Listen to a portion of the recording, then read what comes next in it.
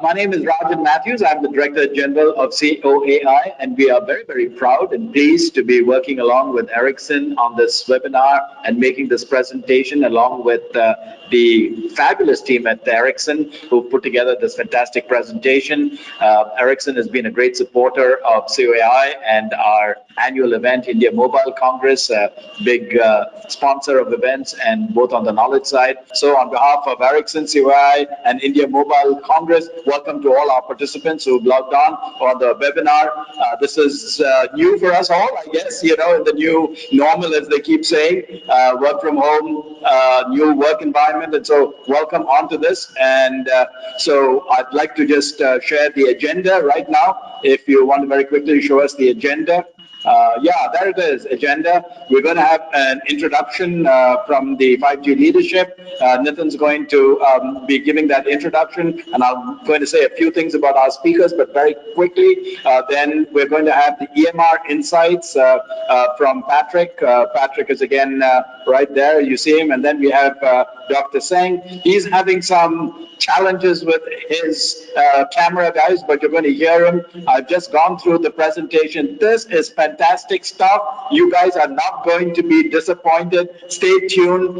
You know, buckle up, as they say. This is great stuff that you're going to be hearing. I was listening to some of the stuff that they've been talking about, and I tell you, if this is not rocket science, Nitin, I don't know what is. Okay, so with that, let's just go to the introductions. Nitin's the Managing Director for Ericsson India, Head of Network Solutions for Southeast Asia, Oceania, and India.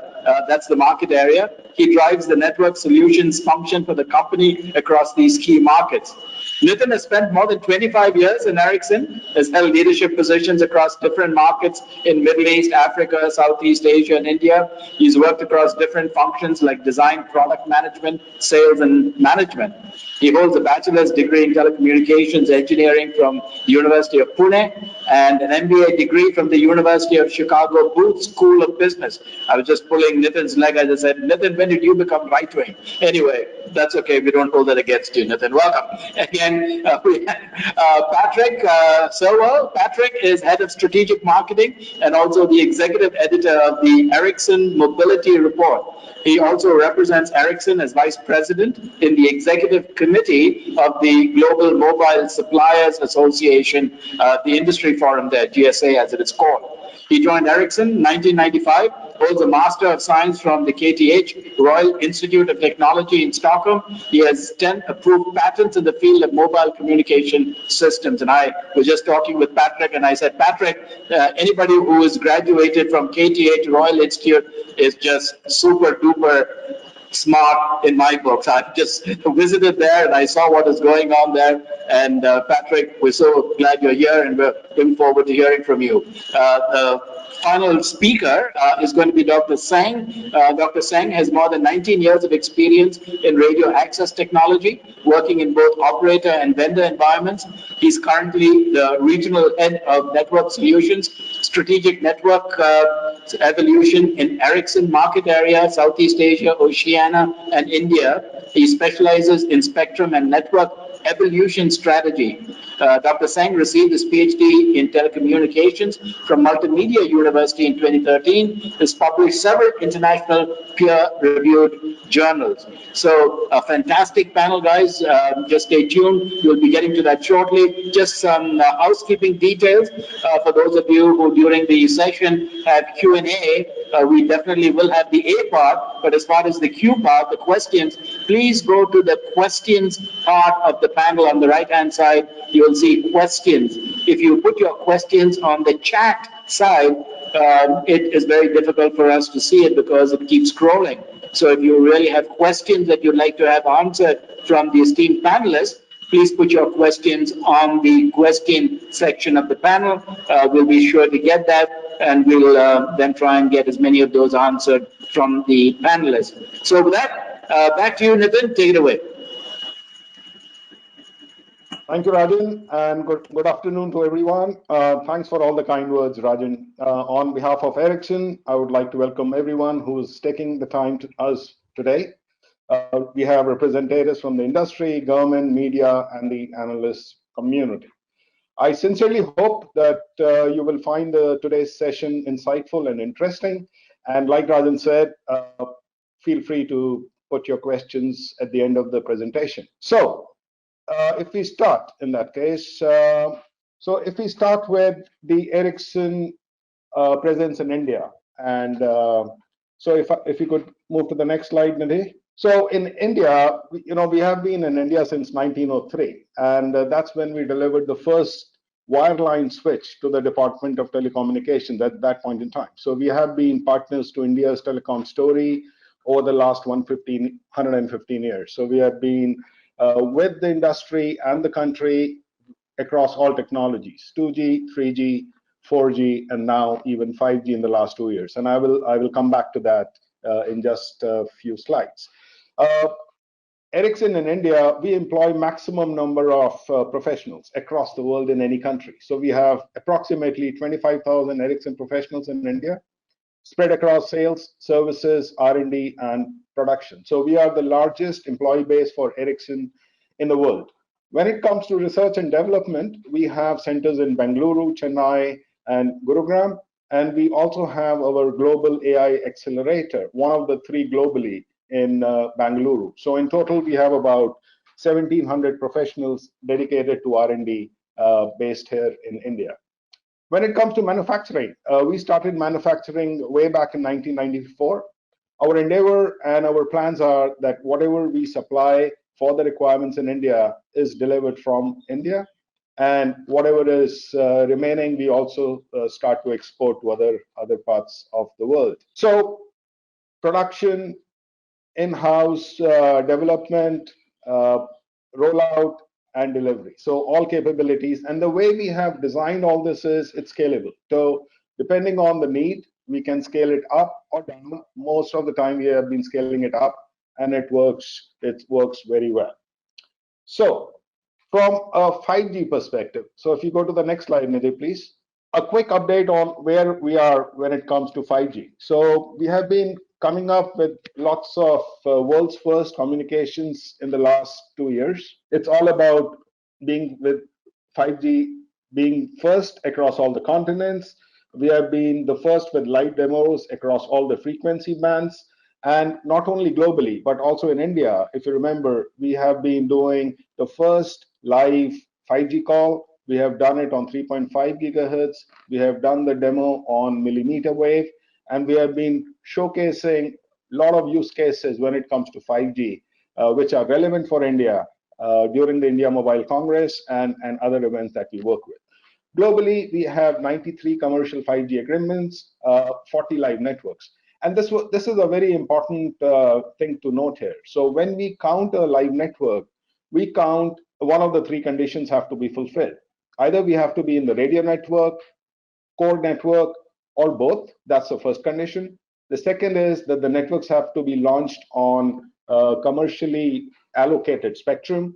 And the third is that you are able to buy the subscriptions in the market. So based on these three parameters, we count how many live networks we have globally. So we don't count trials and anything else, right? When it comes to the device ecosystem, we have been working with all the commercial and 3PP devices and chipset manufacturers. Currently, we have done testing with almost more than 40 such devices. And if you recollect, we have said this a few times, that all our radios which have been shipped since 2015 are capable of supporting 5G. The count today is approximately 5 million radios globally. So globally, we have shipped about 5 million radios since 2015, which are capable to support 5G with a software upgrade. So across all continents, we are globally number one, and it's purely and primarily because of the technology leadership and the performance that we deliver on our networks. And I will cover those proof points as well. So on the next slide, this is a geographical view of how we are. We are in 40 live networks, as I said, across 4 continents and in 22 countries. In the market area that we represent, which is India, Southeast Asia, Oceania, we have live networks powered by Ericsson in Australia with Optus and Telstra, and also in Thailand with True. So the next slide, Nidhi, please. So the key technology differentiators or enablers that we say, right? So for us, it's not about standalone functionalities and showcasing that we have these features.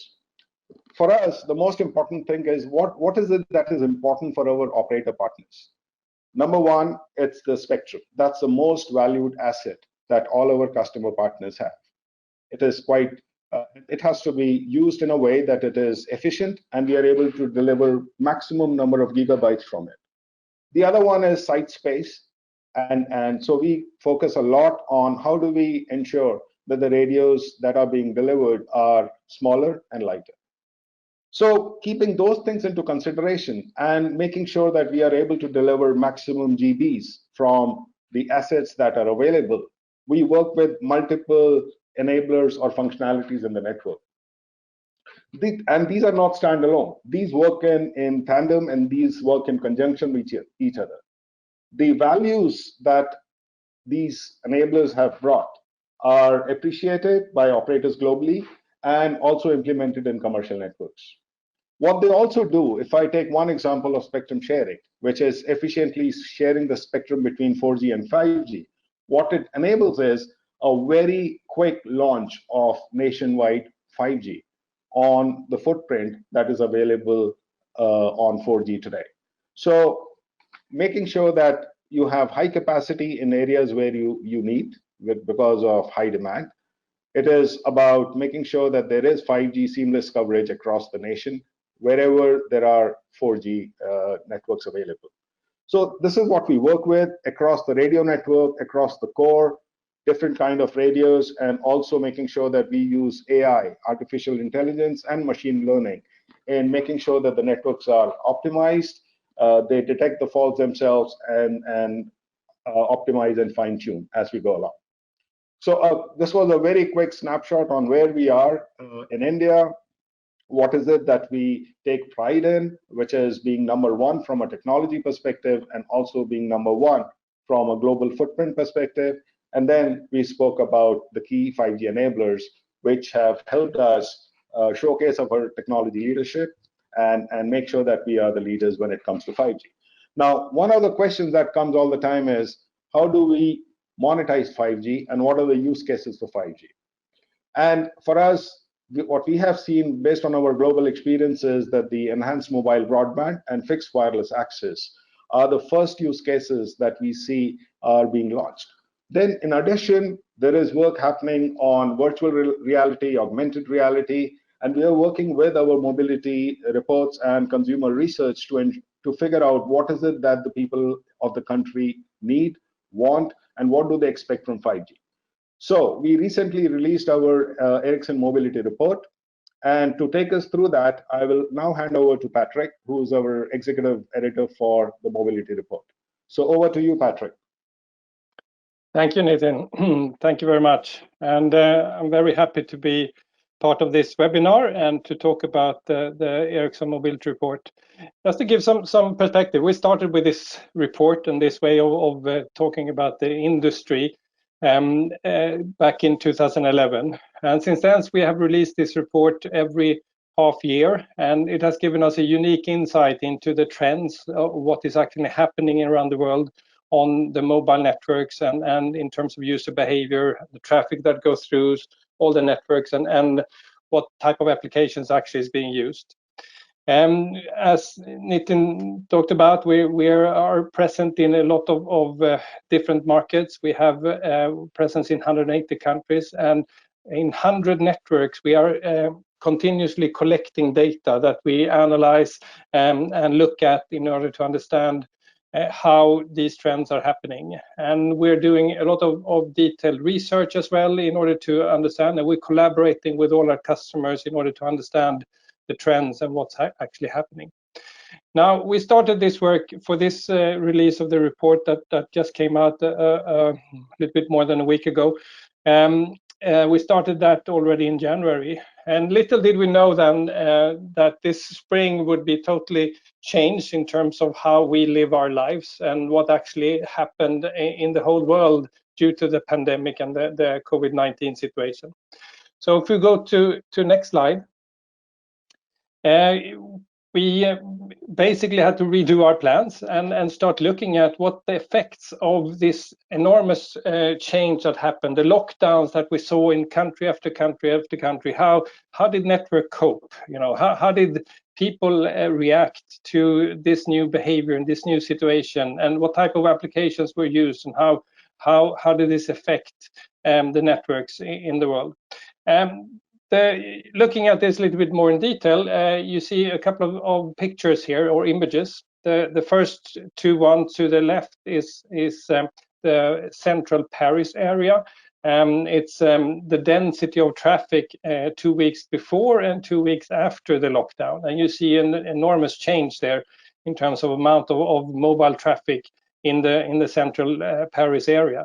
And if you go to the slide, or to the picture to the right here, where you see some green dots and red areas. The green areas represent a wider part of Paris where traffic was actually decreased, and the red part represents areas where the traffic increased. So the biggest change that we actually could see was the movement of traffic from commercial, from commercial and business districts to residential districts.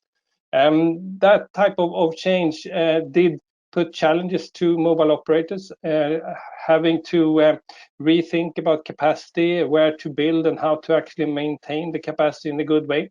The first thing that actually happened was that voice traffic peaked. A lot of calls were made, both longer calls and more frequent calls, on all different technologies due to the lockdown. People were calling their friends, people were calling colleagues, and trying to understand how to actually keep in contact and handle the situation.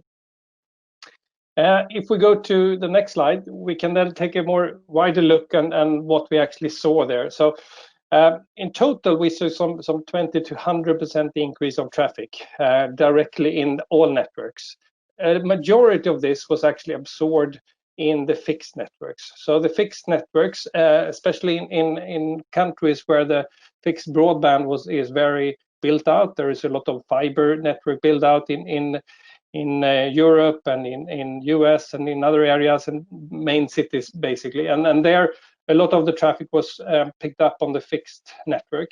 But even the mobile networks in general had between -10, some areas actually the traffic went down, and other countries it went up with some 20%. I know in India it actually went up more because of more people being reliant on rely on the mobile network. So there we saw more impact on the mobile networks and the traffic there. As I said, a lot was in the beginning was voice. When we look at data, it was a change towards more bi-directional services, or we could say video conferencing, video calls, and relatively higher growth than in the uplink, where people are actually seeing that they needed to send more, both photos and videos and so on. And all of this obviously put a lot of pressure on networks, both fixed and mobile. On top of this, many operators also try to ease the situation with their customers by actually giving out free allowances on gigabytes or zero rate some services, and helping to ease the situation. And that also increased traffic to some extent. On the other hand, we also saw some of these big over-the-top players actually taking down the quality a little bit. So the video streaming went down from high definition down to standard definition in order to ease the networks. Generally, the networks actually cope very well, and I think many people realize the need to have really good connectivity. If we go to the next slide, we can see the result of a survey that we did in the beginning of the lockdown. So when we realized that this was actually happening, we went out to 11 countries. We asked around 1,000 people in every country in an online survey, trying to understand how they had changed their behavior. So this survey comes from the middle of April. It was targeted to Brazil, China, France, Germany, India, Italy, South Korea, Spain, Sweden, UK, and the US. And on the left-hand side here, you see the satisfaction with the fixed broadband at home. Many people were very satisfied, and many thought it was the same. If you look at the right-hand picture here, the pie graph, it's more talking about the mobile networks. and 75% basically said it performed better or same during the crisis, while some actually basically seen or experienced this increasing traffic as that actually took down speeds and performance a little bit. And that is typically, as I said, in those areas where we had not built the capacity yet. But I know that many operators actually started to solve a lot of these things. So I think that has become much better now. So if we look more into this survey, what we actually heard, we can go to the next slide. And this survey, we asked a number of questions trying to understand then how ICT in general, how connectivity actually is the situation. It's interesting to see then when looking at those age over 60 years old, and that was highly impacted by the situation and the lockdowns. In India, almost 90% agreed that reliable video calling helped them stay in touch with family and friends during the crisis. So 90% of those age 60 plus actually thought this was very, very important. In general, globally, it was a 74% that said this, but in India, it was even more. I personally think that we have rolled down in terms of digitalization us as consumers. We have fast forward a couple of years. I think before the pandemic, a lot of people were a bit hesitant towards using video calling. I think that has changed now, and a lot of people see the value of doing that. But it's also interesting to see how parents in India basically say, and this is the global perspective as well, have seen that ICT or connectivity helped them continue their children's education from home. Consumers also see telcos as more trusted entities than the internet tech giants, and using mobility data for common good. I know in Sweden, where I am based, we had the telecom operators trying to look at the big holiday period. How much did people actually move about? How do we travel within the country? We were told not to travel, and many in Sweden actually respected that. So I think we saw a 90% decrease of travel domestically in Sweden over Easter, and that was data coming then from the telcos. And looking in general, the increase in time spent connected to either fixed broadband or mobile broadband, it increased with some 2 hours per day in terms of how much time you more spent on the broadband.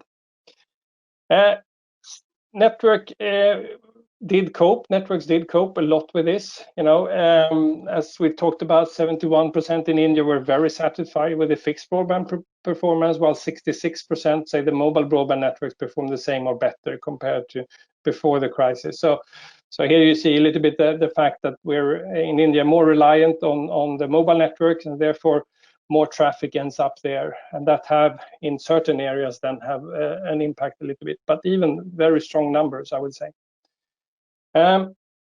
And many people, during the pandemic, we can see that 47% in India only or most often connected using the mobile network. So you're very much reliant on the mobile networks in India. And that's interesting to look forward then what this actually means. So if we continue to the next slide to a couple of more aspects that we saw. I mentioned some of these on the previous slide, but I want to say a few other things that actually sticks out, which you might not think of when it comes to connectivity and the need for that.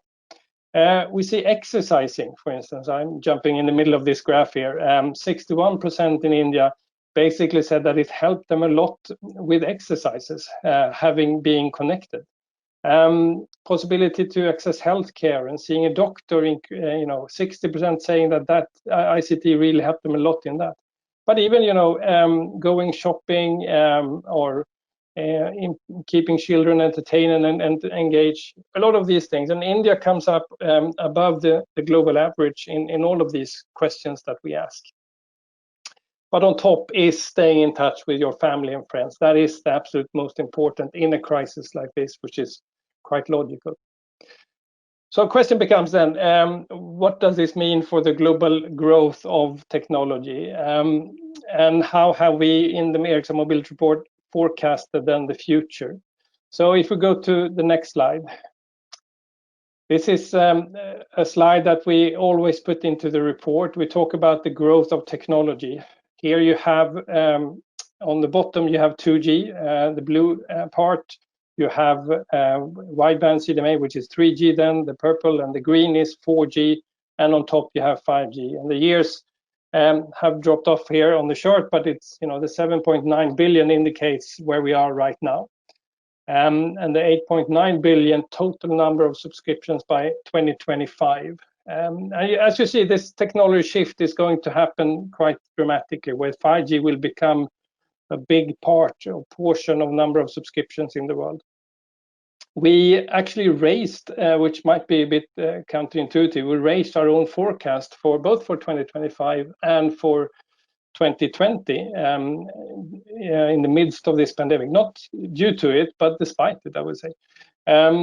So we're saying 190 million 5G subscriptions by the end of this year. And this is driven very much by China. China has continued to roll out 5G in a very, very strong momentum.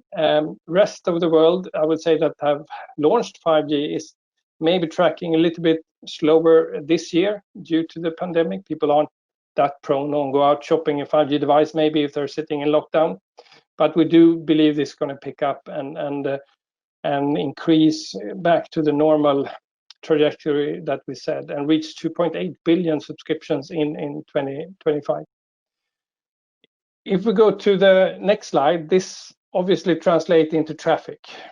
And when we look at traffic, we're basically then adding together all the traffic that is generated by the different smartphone devices. Mostly 95% of the traffic is coming from smartphones. On top of this, we will have fixed wireless access. It's not visible on this chart, but it adds another 25% of traffic in 2025. So it's a huge driver of traffic as well. 5G will stand for 45% of the traffic in 2025. The rest is predominantly 4G. And this has increased a lot, I would say, in the recent years. And the growth rate here is we're expecting some 5 times more traffic in 2025 than we have today. And this is coming as a result of the build out of 5G. We expect it to cover almost 65% of the world's population in 2025. Given the fact that 50% of the world's population is in cities, you then realize that this is then go beyond cities. This is having in some countries even 90-95% population coverage, like in Switzerland or in South Korea. And the big question becomes then, what is driving this? What do we actually see? Well, it is the gigabyte usage per month that drives this. So if we go to the next slide, we can see here on the left-hand side a number of lines, which is basically representing each region. So on the top in this table, you have North America, and then Western Europe, Northeast Asia, and then India in red. And then the rest is following. So looking at where we are now, 2019, going into 2020, India is actually on top. So India is the region with the highest amount of monthly usage per smartphone, which is an amazing statistics, I would say. And this comes very much because of the driver and the momentum that you have seen on the Indian market in terms of 4G rollout and the ability to actually have a lot of new type of capacity on the different networks and the entrance of new players on the market. All of that has led to an enormous increase of traffic. Now, we don't believe that's going to continue in the same manner. We expect over 400 million new smartphone users in India by 2025. So the market is still growing. And adding 400 more smartphone users that haven't had the smartphone before, we don't expect them to drive traffic growth in the same manner as the one that have been a smartphone user for a long time. And that's also a reason why it moderates. But it doesn't slow down. It does increase up to a number of 25 gigabytes per month per user on average then in 2025. North America, that is maybe a more homogeneous market in that sense, we're expecting it to grow up to 45 gigabyte a month. And the question I always get when I talk about this is, how on earth are we going to do this? We don't have more hours on the day to look at video. But this is not just video. This is a lot of new type of applications on top of it. In the report, we actually talk about gaming and cloud gaming. And if you want to have cloud gaming, where you stream data down to your device, you may need as much as 25 megabit per second speed to actually do a really, really good rendering and have complex graphics and a fast-paced game. If you play such a game 30 minutes a day, that's in itself is 100 gigabyte a month.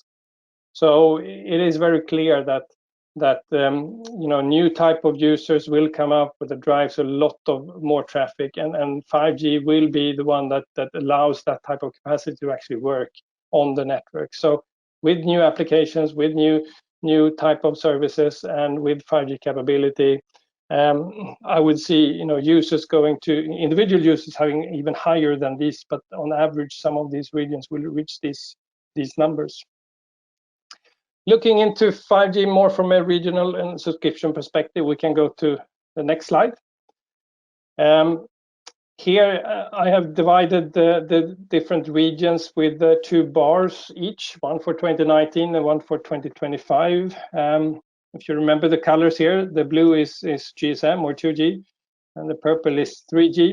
Then you have 4G green, and then 5G on top. And you see all the different regions here, all the way from sub-Saharan Africa all the way to North America. North America, again, we're expecting the highest penetration of 5G devices or 5G subscriptions by 2025, 74%, followed by Northeast Asia and Western Europe. This is more share of subscriptions, which means that the number of users will be much, much higher in Northeast Asia. If we look at India, we're expecting some 18% 5G subscriptions by 2025. And 18% of the subscriptions in India at that time is somewhere around 230 million 5G subscription, which is substantial and very large compared to many other regions. So we're expecting 5G to when it starts to go very, very fast in India and pick up and be very much available to a lot of different people and driver of a lot of different traffic.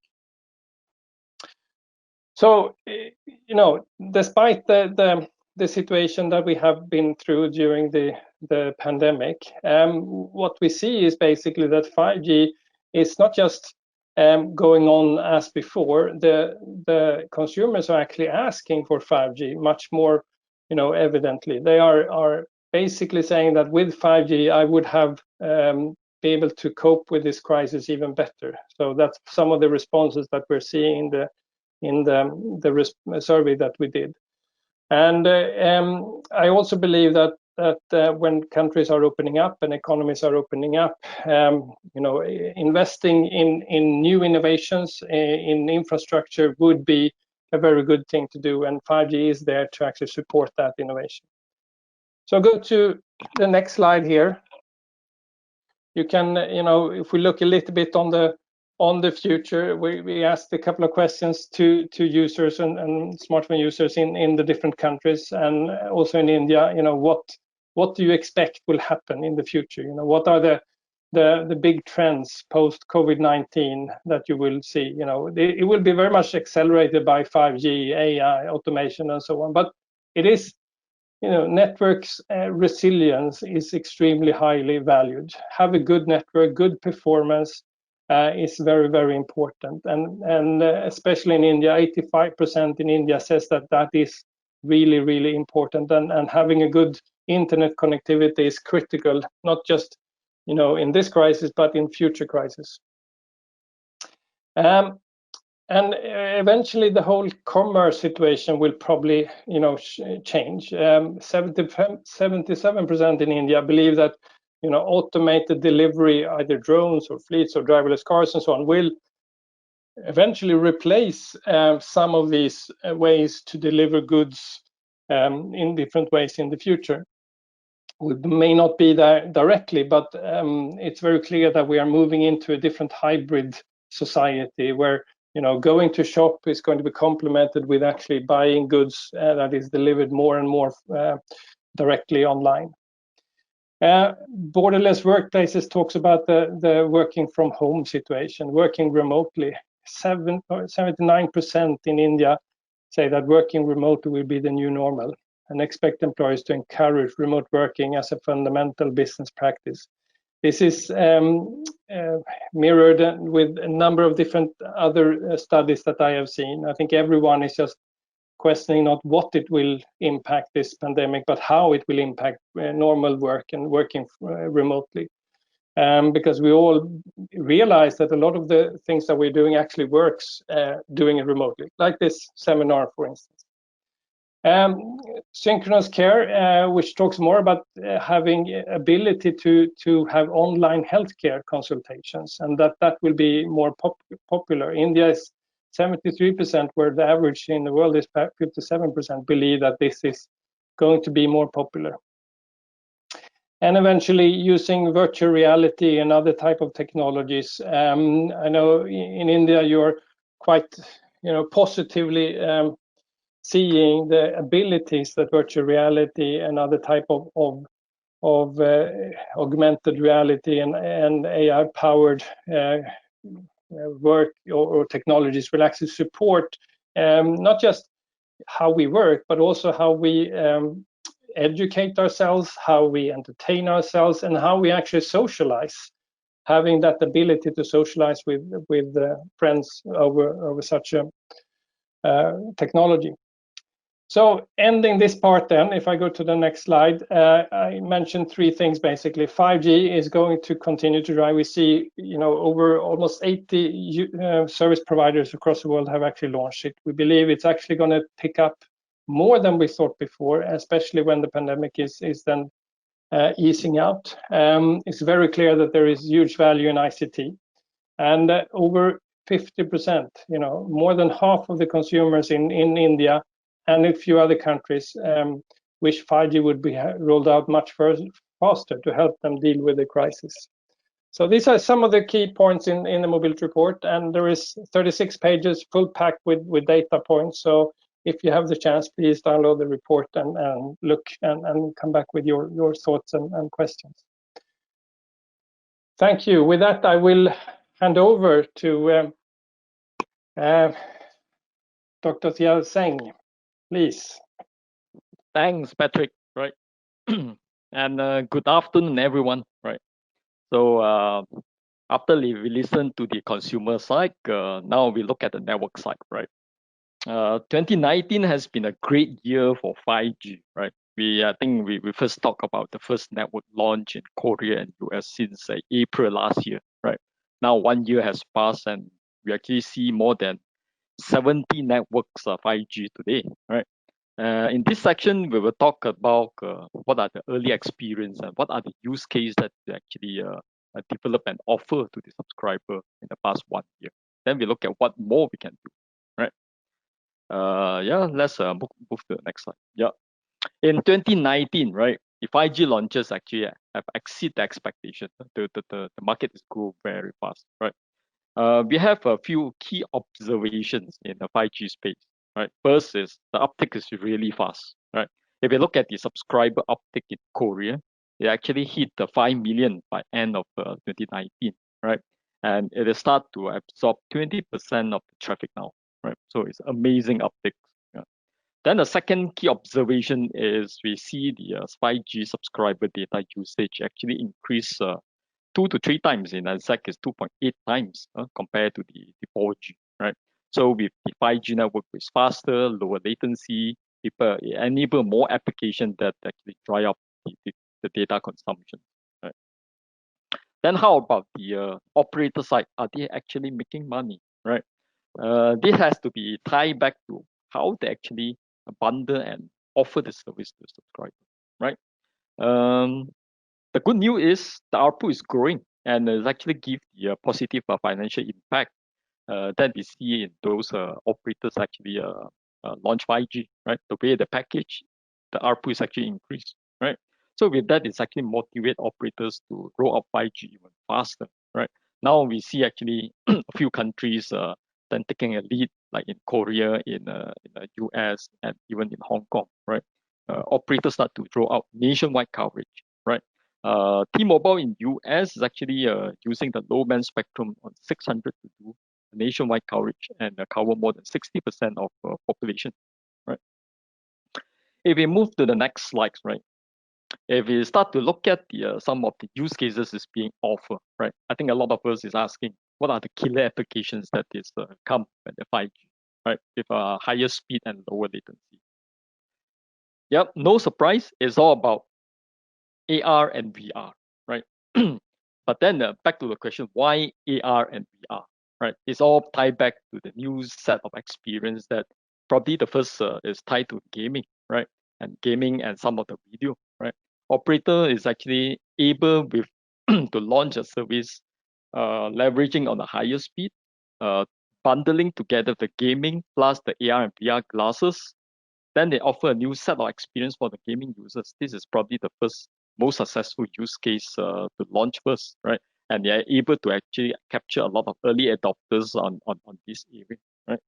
And specific on gaming segment, right? I think the subscriber is actually expecting, right, the operator to bundle together with devices, with the gaming application itself, bundle together, offer off-the-shelf service. Then from the consumer's perspective, if it is come in a bundle like this, they're willing to pay more. That's why we see operators are getting a high ARPU because of this, right? We move to the next slide. But however, if we look at the operator perspective, right, there are more things can be done beyond the consumer segment, right? When we move to the industry segment, right, what is actually the operators and enterprises actually looking for, right? When more data is carried over the network and we start to expand into different industry, right? The players actually looking for more secure network. Okay, what does it mean by a more secure network, right? If we look at the mobile network today, right, it started with the fundamental on how data is being carried over the air interface, right? And 5G is based on 3GPP, and this is the version of 5G version is the most secure version of the 3GPP that serves as a foundation. It's a foundation for a secure approach for the data connectivity, right? So this is so-called the security philosophy actually apply not only for the network but across end-to-end to the device, right? So if you have a secure connection from the device to the network, then of course a lot of things right on top can be secure, right? So all the new business that carry sensitive data actually utilize this platform as a secure platform to offer the service, right? So with this 3GPP as a foundation, of course, the next step is the network equipment need to build on the same philosophy, right? With the security and the privacy is actually built into the network equipment. But network, of course, when we deploy the network, there are thousands of boxes around the network, right? Then this is where the end-to-end security come into the picture, come into the play, right? So it is the end-to-end 5G is actually built on a secure architecture that is being standardized and encrypted all the way. It creates a very secure platform for data transmit all the way from the UE to any side of the network, right? On the highest level, of course, we have all the boxes is being secure. The operation and maintenance also is important, right? So the industry is actually moving towards the automated security management, so that you don't tailor-made the certain things, but the network is actually built based on the set of protocols and it managed by itself on the security level, right? So security is a key important area when it comes to the 5G. With the security and the secure network in place, right, it lay the foundation for the rest of the service or the rest of the functionality to flourish, right? The first, of course, the term like network slicing come into the picture, right? So if I have a secure network, now I can actually do a piece of slice for different industry to use, right? So network slicing, with the network slicing, of course, the network resources can be provisioned more quickly. Service can be more guaranteed with end-to-end QoS, right? Then secondly, if we look at the network is secure, then it doesn't matter where the box and the service is being laid, right? Then it moves to the so-called cloud native network, right? Some of the service can be virtualized and put into different boxes, right? So when the network is secure, then we talk about all the sensors, right? If you have a sensors to have the water temperature measurement, no matter where the sensors are, because the underlying security and the protocols is being secure. So sensors can be everywhere, right? And also, I mean, 5G is another box is built on top, right? It's offered the very low latency and high speed. With, for example, the public safety, you can install cameras for public safety everywhere. It's built based on this secure telecom network, right? Of course, when it comes to the data security more, right? Some of the companies might have their data maybe closer to their premises. Then we talk about the edge compute and the private network, where all the data actually stored closer to the customer. And also, now we are talking about having the box purely for the enterprise segment and sit in their premises. Right? So we move to the next slide. And with this new capability being unlocked, right, there is a huge potential on revenue, right, open up, especially on the industry perspective, right. So, what are the opportunities? First, for service providers, right. Since 5G offer a very low latency and higher speed, um, the forecast actually from the analyst is saying that by 2030, there are 4.3 billion right, wireless connection in smart factories. So in the factories alone, there are more than 4 billions of connections, right? Then, of course, when you install, how we actually install in the factories, right? For industry, the ROI to moving to the cellular base is getting stronger and stronger. Now we are talking about configure the automotive factory rather than 1 year. Now it can come down to 2 months, right? So the speed is getting faster, and because of the 5G is built based on a reliable connection, right? So based on that, we're actually seeing that 5 to 25% of the efficient gain from an AR based operation, right? If the operation is based on AR based assisted with AR, and and it is guiding the picking and the product assembly, they actually give a more efficient operation, right? Then the other segment is we look at the dedicated connectivity, right? If the connectivity come into the production, right, then it put a lot of pressure or put a lot of requirement on the latency and the robustness of the network, right? So some of the study we've seen is the cost of the downtime in the automotive factory is costing a 30K per minute. So the system or the wireless connection need to be very, very reliable and robust so that the reliability can go up to 99.999 or even more. Then this can be actually delivered through the 5G connection. So now we look at the more references. Okay, so the requirement, the security, the platform is what we mentioned. If we take to the next step, what is the real example of the collaboration, right? Ericsson actually has been pioneering the research collaboration industry since 2015, right? So it's a long history. We work together with industry, not because we want to sell to them, but we want to gain the insights, what 5G can do in this industry. So this our industry become the customer of our customer, right? The customer of the operators, right? Some of the examples that we do, like the collaboration with SKF, right? SKF is the company that produced the bearing in Sweden, right? So we explore how the manufacturing, 5G enable manufacturing. If the 5G go into the factory, what are the opportunities or the efficiency can be improved, right? In terms of the logistic improvement, in terms of the production improvement, how much is that, right? So we have this collaboration since 2015, right? Then also with ABB, there's a long history also, right? We are talking about remote control, right? So it's all about the haptic feedback, right? So the one way you move your hand to control the sensors, then the other hand, the machine, whether it's actually give a feedback or not, right? So this is a big area to research and gain an insight how effective you want to control a machine remotely. Then also on mining sector, right? We work with Boliden, it's a mining company in Sweden also, right?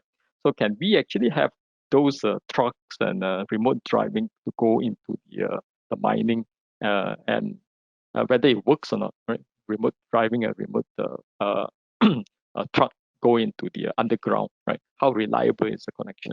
So these are the early research that we have done since 2015, right? If we move to the next slide. Right? So some of the this is some of the photos that we take, right? So of course we could talk about the mining, right? But how can you actually have the connection in the mining itself, right? So a few approach, right? First, you must have a low frequency, then you penetrate into the mine, or the equipment, the telecom equipment start to evolve, right? So on the left, the first box, you see a radio dot. This is our radio dot that's give a very easy installation, go down to the mine to provide connectivity, right? Then the second one is a photo shows the low latency connection. Imagine a person sitting remotely control a car or control a mining machine to go into the mine. So improve a lot of the safety. So you don't risk yourself to drive a truck into the mine, right? Then of course the third photo you see, we call it the truck platooning. There's a truck, a few trucks actually one follow another, right? But what is so special about that? The special is only the first car has a driver. The rest of the truck don't have a driver.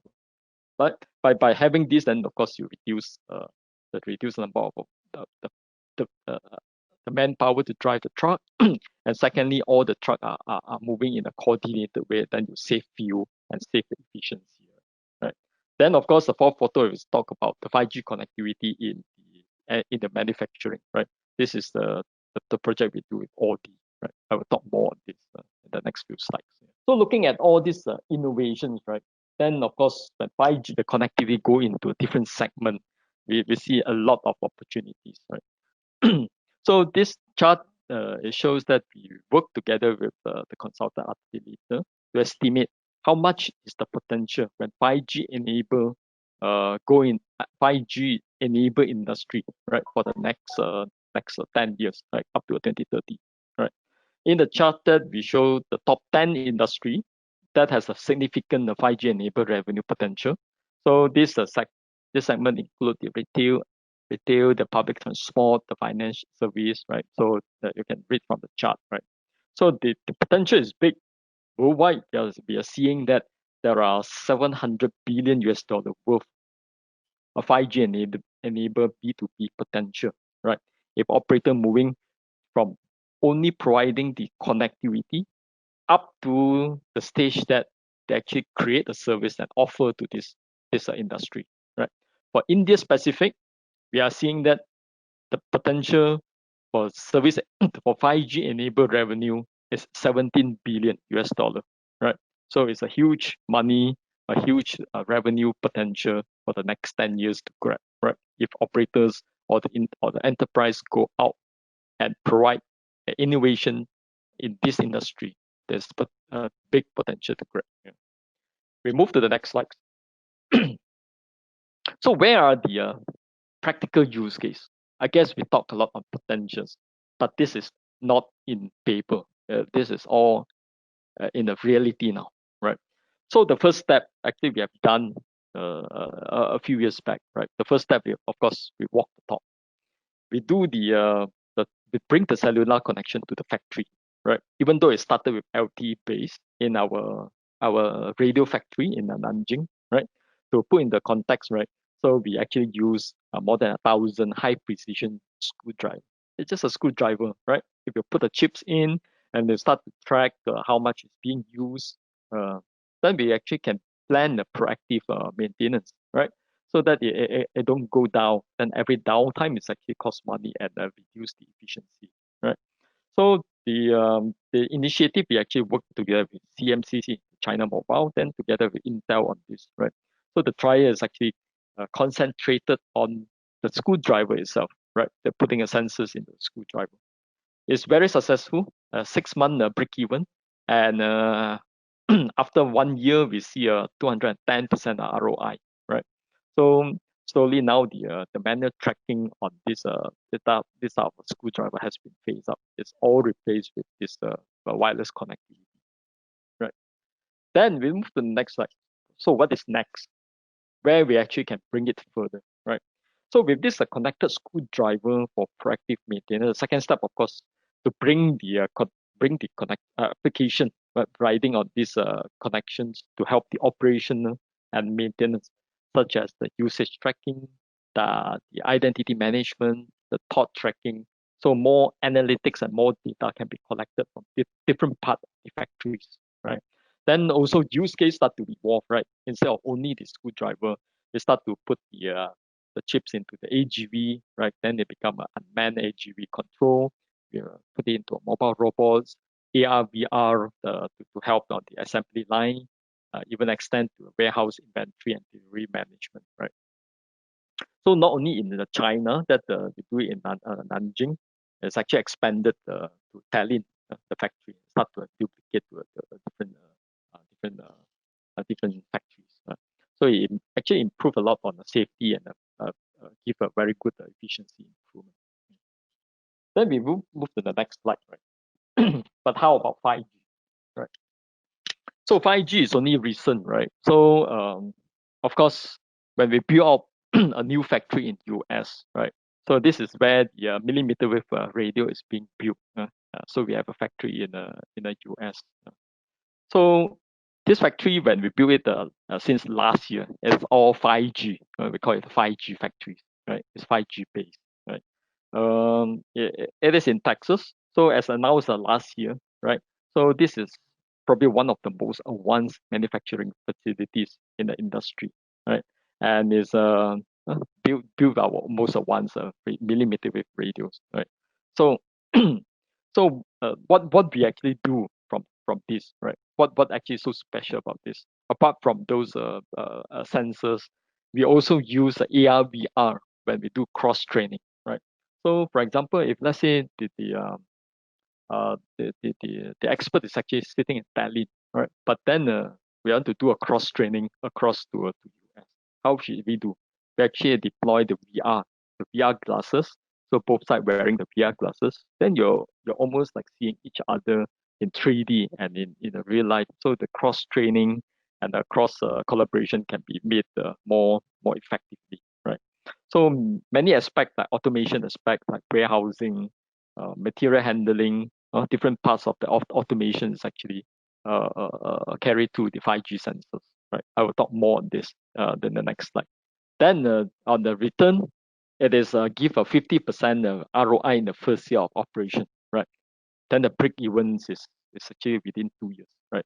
So by installing the 5G in the factories, the business case is built on 2 years of ROI, right? Then you get back all your money through the operational and OPEX saving, right? We move to the next slides, right? So what are the things that we actually do in the factory, right? Automation is one part, right? Like I say. Then the other one is of course start to come with a robot, right? It's a remote control the robot, and also with the third one is of course the augmented reality, right? So you have AR assisted asset diagnostic, right? So with the AR, you actually helps to track your asset and diagnose the failure is more easily, right? With the data on your AR glasses, right? Then of course, like I say, like it's the digital twin, right? Remote operation. Yeah, you have some robots to handle remotely. You no need to be physically in the factory itself, right? Then we move to the next one, right? But of course, this is only Ericsson, right? But it's not only Ericsson, right? The industry actually taking it forward with more in a wider environment. I think especially in the automotive industry, it's actually moving uh, even moving faster, right? So we always talk about this Mercedes-Benz factory, right? So Mercedes-Benz factory, we actually team up in Telefonica in Germany, right? So to enable the 5G car production, right? So this factory is actually in the southern Germany, right? I will tell you more in the next slide on this. The other one is a BMW. So BMW with the Deutsche Telekom, yeah, it's now announced 3 months ago, right? What they do is they actually together with the Deutsche Telekom, we actually provide a 5G network yeah, 5G network without the connections to the public one. So in Germany, there are some like private type of a spectrum, right? So what we actually built for them is to have a dual slice of solution, right? You can connect to the public spectrum, and you can also connect to the private spectrum, right? So it's a dual spectrum type of operation. Then on Audi, right? Audi, we're also testing with Audi on the URL LLC, ultra reliable, low latency communication, right? So what is so special about this uh, so-called remote control, right? I guess in the industry, we're talking this ProfiNet, right? The standardized protocol that control the AGVs. If the latency requirement is very, very low, it's less than 5 milliseconds in order to have the system works. This is where we work together with OT to investigate how the ProfiNet, this protocol, is actually being delivered via the 5G and provide a reliable connection. So there's a lot of collaborations in this space. Let's move to the next one. So like I say, right, the first box on the left, top left, right, is the Mercedes-Benz factory, right? So we do it with Telefonica, and it is based on the private network, right? So what we do, right? So all the production system and machine in the new factory, they call it the factory 56, is actually connected and operated with 5G, right? So the data download to the car is all through the 5G connection, right? Then the second one, we also launched a 5G car manufacturing in Germany, working together with Vodafone and Ego, right? So Ego is actually a German-based electric microcar company, right? So their factory also we install 5G there, right? And on the bottom left is, of course, like we say, the truck operation, right? So Ericsson, Telia, uh, and the company in right actually develop, right? So what we do is actually like the Platinum, what I mentioned before that. One driver actually can control 10 trucks. A single driver sitting in the first truck, and there are 10 trucks actually follow the first truck without a driver, right? So by that, I mean, of course, you save 10 drivers, and also you save fuel because all the trucks is actually moving in a coordinated manner, right?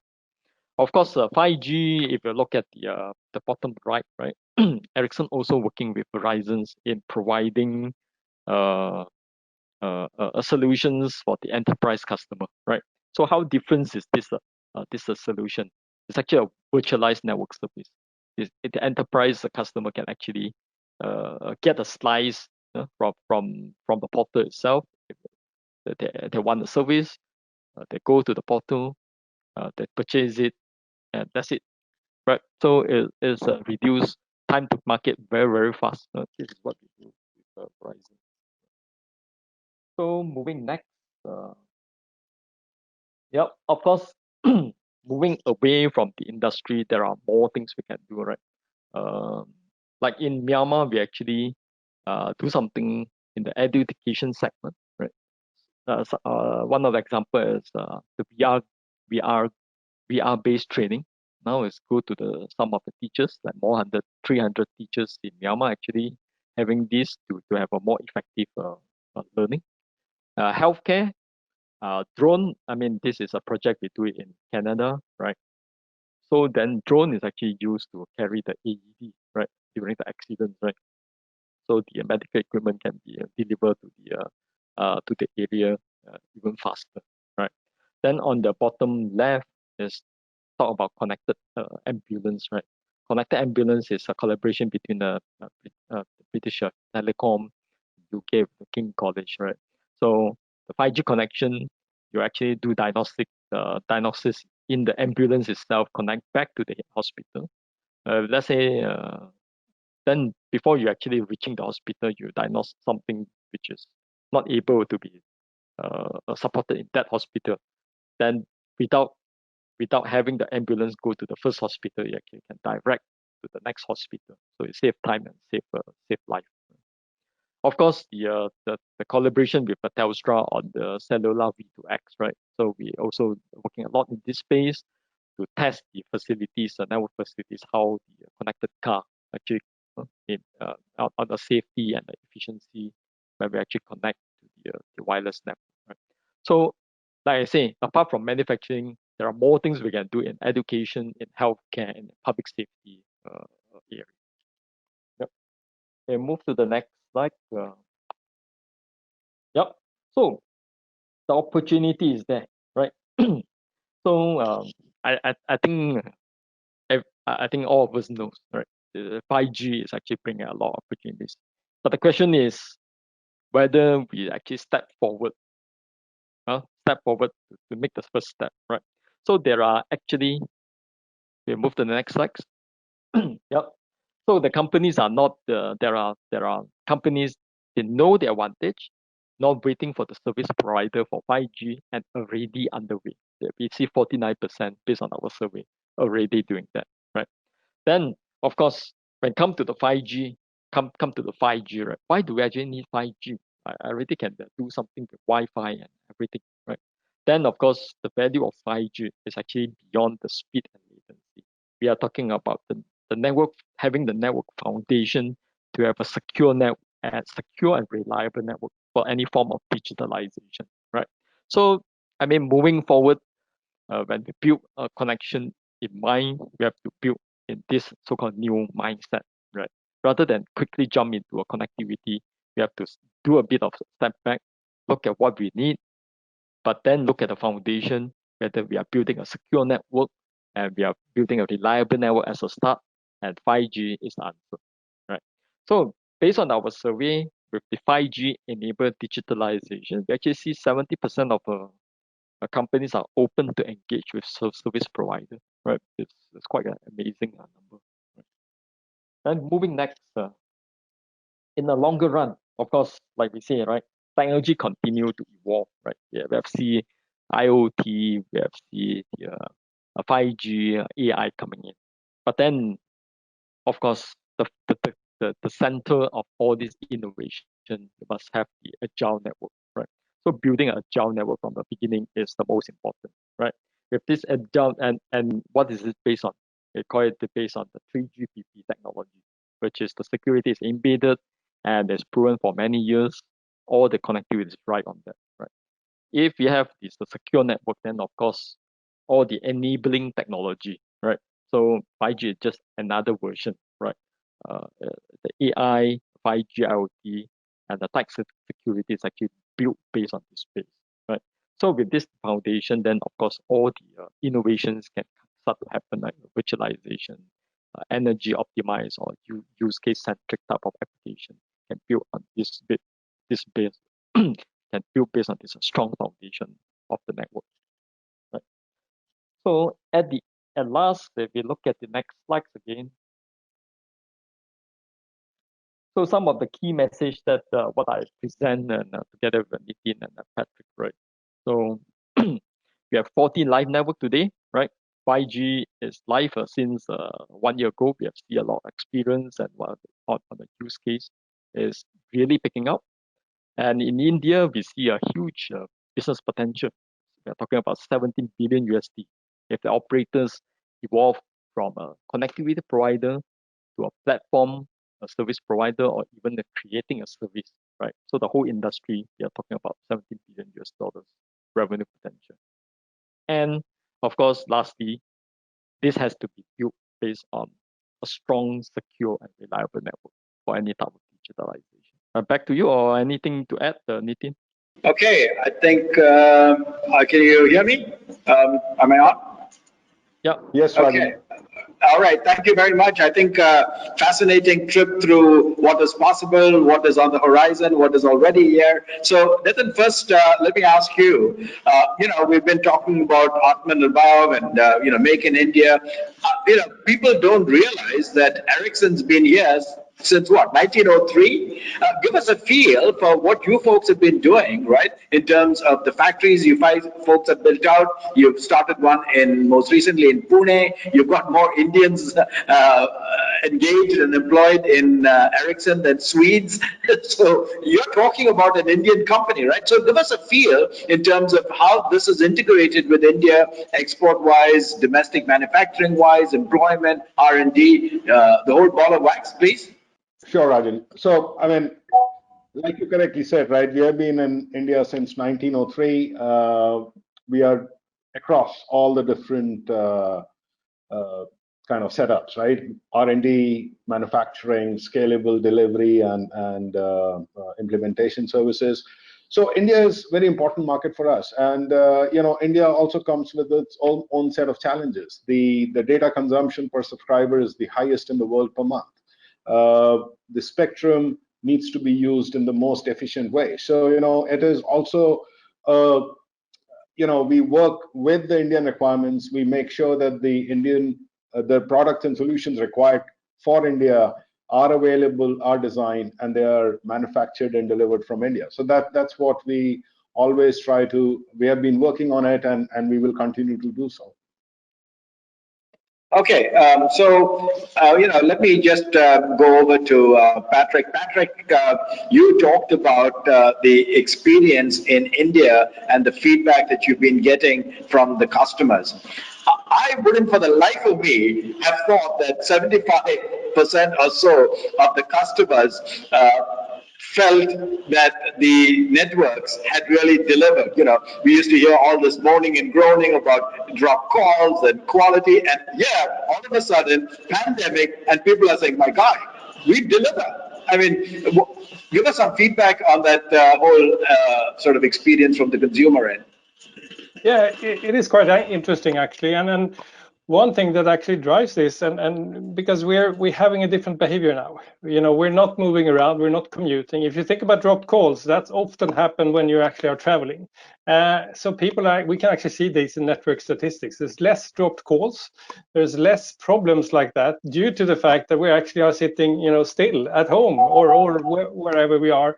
And that actually, changes the experience also. And also, we're now in different areas where we may not have had capacity problems, and the cells that have been very loaded before are not as loaded now. So, it's a strange time, but that's what it is.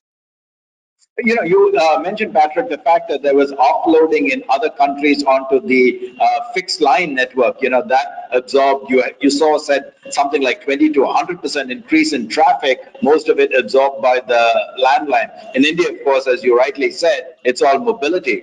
How do you think that or what contributed to the ability for our networks here to kind of absorb that type of a massive load factor? Yeah, when you design networks, you often do it for some kind of peak traffic that often happens during evening, or has But what we saw now was peaks a couple of times during day. So we actually made the load of the network became more spread out over time. So it's almost like we had a really high load all the time instead of just in the evenings, and therefore you can actually capture much more traffic without having to redesign the capacity a lot. But obviously there are problem areas, problem cells, and I think that network owners and service providers done a really good job of actually making that work. So we flattened the curve even before the pandemic folks knew how to flatten the curve, right? In terms of the traffic. Exactly. So anyway, we've got some questions coming in from the floor. Clarification: when you talk about India, does India mean India, or does it mean a larger area such as the Southeast Asia? So those statistics that you were showing in terms of customers in India saying they were satisfied, that's the question. Is it really truly India, or more than just India? It's India, but we included Nepal as well. So it's India. Oh, okay. But that's it. It is. We won't talk about that. Okay. The next item that has come up is Ramesh, I guess, says that operators say that 5G will come to India after Q4 2020. What specific aspects from your side need to be taken care of before it can be rolled out? So the question is saying is that, okay, we're talking about 2021 maybe when we're looking at the actual applications and 5G networks roll out, the question comes up is that what do you folks from the OEM side need to be doing to ensure that when the operators are ready, you folks are ready to tell us? Nitin, you want to take it, or yeah, go ahead. Yeah. Maybe I take that, right? So Yeah. I mean, it's not about today and until the end of 2020 or beginning of 2021. We have been working with our operator partners for the last few years now, making sure that everything that is being delivered is capable to handle 5G. So that's the first and foremost, that it is possible to evolve to 5G very simply because the networks are being prepared, both from a backhaul and transport perspective and also what is being deployed. So that's one of the things that we are working toward our product portfolio as well. Like I said, everything delivered since 2015 is software capable. Then there are things about right of way, spectrum availability, which definitely has to be managed for 5G rollouts, right? So as OEMs, what we continue to work with is efficient use of spectrum, making sure that 5G can be deployed on the existing allocated spectrum with minimal interventions. So, we talk about future proofing. So that's what you are really talking about when you're building our existing networks. You're saying is that you folks have really already future proofed the network so that when 5G comes out, it's not a big deal. Is that kind of what you're saying, Nathan? Is that, do I get it? No, it's not that, Rajan. Obviously, for 5G, mainstream launch of 5G, you need the spectrum for 5G, which is, a bigger chunk of spectrum, right? But to efficiently use that big chunk of spectrum, you also need capabilities in the underlying network. So those underlying capabilities are being built in the hardware and supported from now and a few years ago. Obviously, when 3.5 is auctioned, there is a need to deploy 3.5 radios.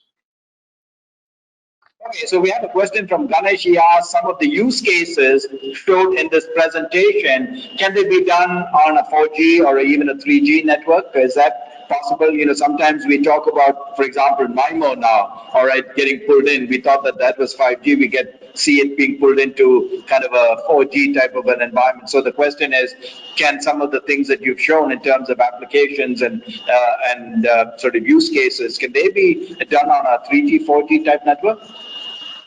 Well, yeah, maybe I can take this. Yes, Teosing, please. Yeah, okay. So some of these, like the one I show in this connected screwdriver, that's actually based on the IoT or based on 4G technology, right? So I think the key important is the technology is one thing, but it's more important how this technology is actually moved to the industry regardless of 3G or 4G or 5G as a first step to make the connectivity go down to the industry. Of course, those applications not require a real time or low latency. 4G actually is able to deliver it. And those applications require a very low latency and high bandwidth, then we require 5G to support it. Okay. Dr. Singh, thank you. Yeah, go ahead. Okay. Anil, we have a sort of response from Anil, or a question from Anil. He asks, what will help industrial IoT in India? What type of return on investment can be expected when we are talking about industrial IoT? You kind of showed some type of ROI numbers. Those are kind of eye-boggling numbers, right? So the question that's being asked is, industrial IoT in India, what type of ROI can be expected when you look at that sector?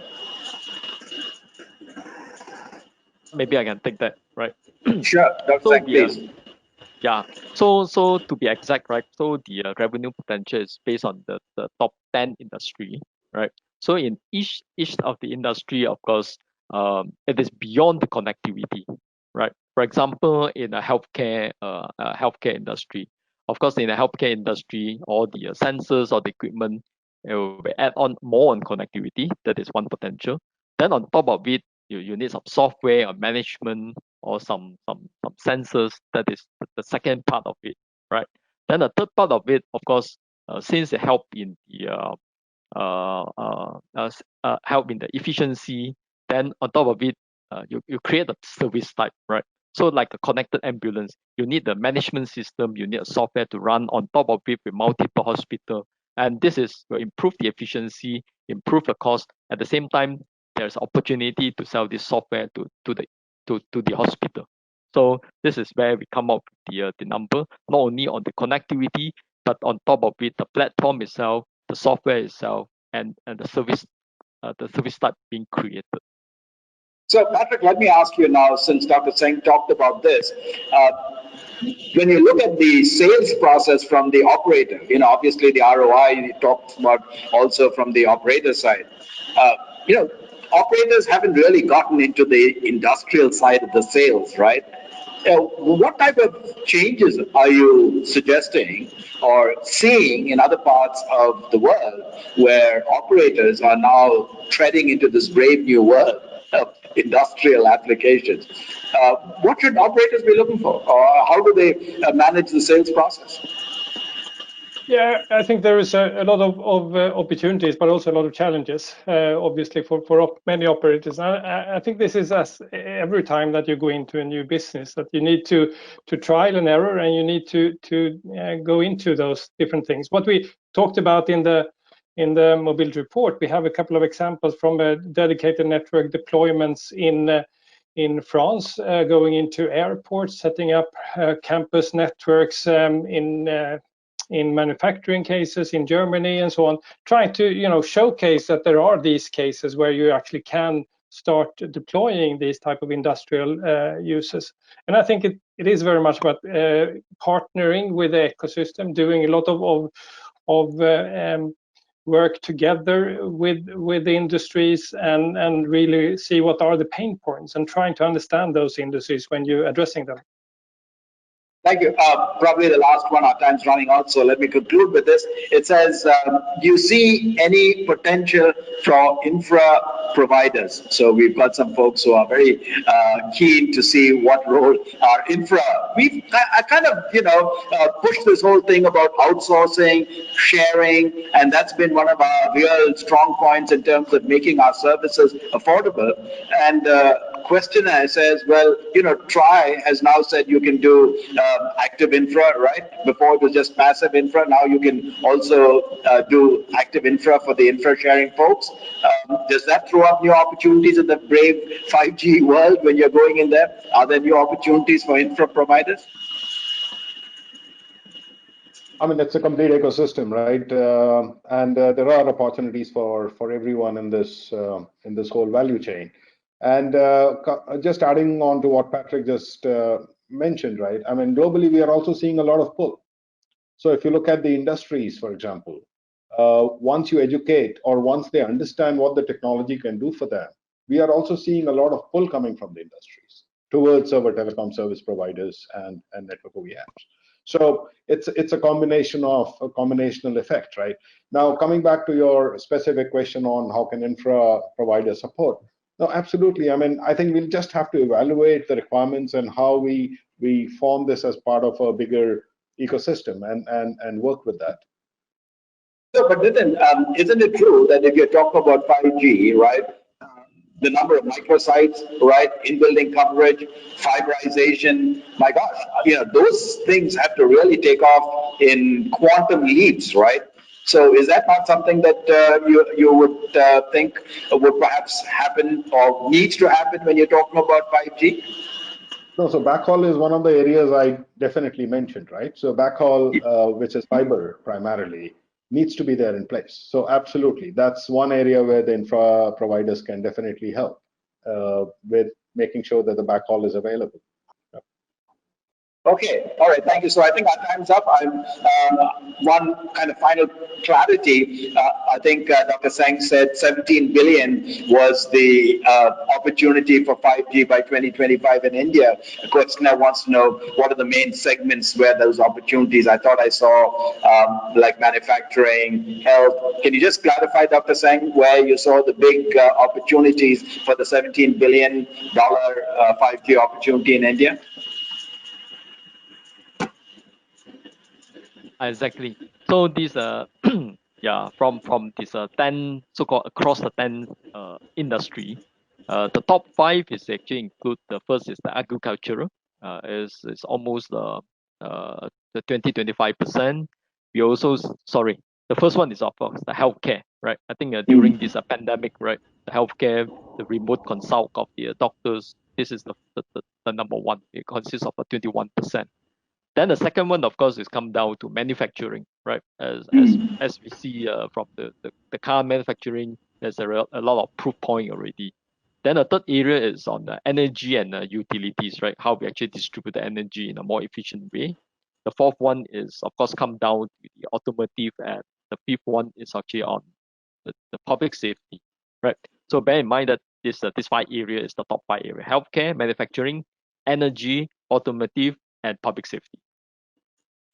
Thank you, Dr. Sen. Our time is absolutely over. I'm really sorry. We're getting a lot of comments. I wish we could continue. Nitin, you guys, Patrick, Dr. Sang, a tremendous job in terms of the comprehensive nature, opening our eyes to the opportunity, what is happening, the appreciation of our consumers for what's going on. Really very comprehensive. I can't say enough in terms of what even those folks who are online and participating are commenting. You can't see it, but we're getting a lot of kudos to you. But thank you so very much, Patrick, Nitin, and Dr. Sang for this. And I know there's a whole group of people at the back end who made all of this possible. So I'll leave it to Nitin and others to appreciate those folks as well. So again, thank you very much.